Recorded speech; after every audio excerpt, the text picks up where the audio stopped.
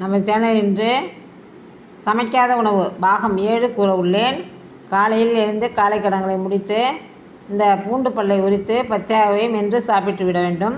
சாப்பிட்டு சிறிது தண்ணீர் குடித்து கொள்ளுங்கள். சிறிது நேரம் கழித்து 2 நெல்லிக்காய் மற்றும் ஒரு இஞ்சி துண்டை சேர்த்து சாறாக பிழிந்து காலை பானம் குடித்து கொள்ளவும். காலை உணவாக பசிக்கும் பொழுது காலையில் ஒரு அரை மூடி தேங்காய் பால் எடுத்து அந்த தேங்காய் பாலில் 2 வாழைப்பழங்களை பீத்து போட்டு அப்படியே சாப்பிடலாம். தேவை ஏற்படின் நாங்கள் நாட்டு சர்க்கரை கலந்தும் சேர்த்துக்கொள்ளலாம்.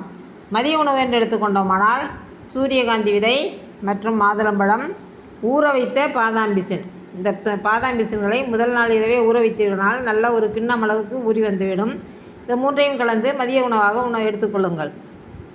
இரவு உணவு என்று எடுத்துக்கொண்டோமானால் அவல் ஊற வைத்து நன்றாக தண்ணீர் வடித்துவிட்டு 10 நிமிஷம் வைத்தீர்களால் ஊறிவிடும். அதனுடன் கேரட், குடைமிளகாய், பீட்ரூட், மேலும் கொத்தமல்லி, கருவேப்பிலை, இஞ்சி துண்டுகள் துருவி சேர்த்துக்கொள்ளலாம். இதெல்லாம் சேர்த்து இரவு உணவாக 7 மணிக்குள் முடித்து விடுங்கள். எதை சாப்பிட்டாலும் நன்றாக வாயிலேயே மென்று கூழாக்கி வயிற்றுக்குள் தள்ளுங்கள். பசி எடுக்கும் பொழுது பொட்டுக்கல்லை, நிலக்கல்லை இருப்பின் சாப்பிட்டு கொள்ளலாம். தாங்கள் பயன்படுத்தி பயனடைவீர். தங்களுக்கு பிடித்திருந்தால் லைக் செய்யவும், ஷேர் செய்யவும், சப்ஸ்கிரைப் செய்யவும். நன்றி.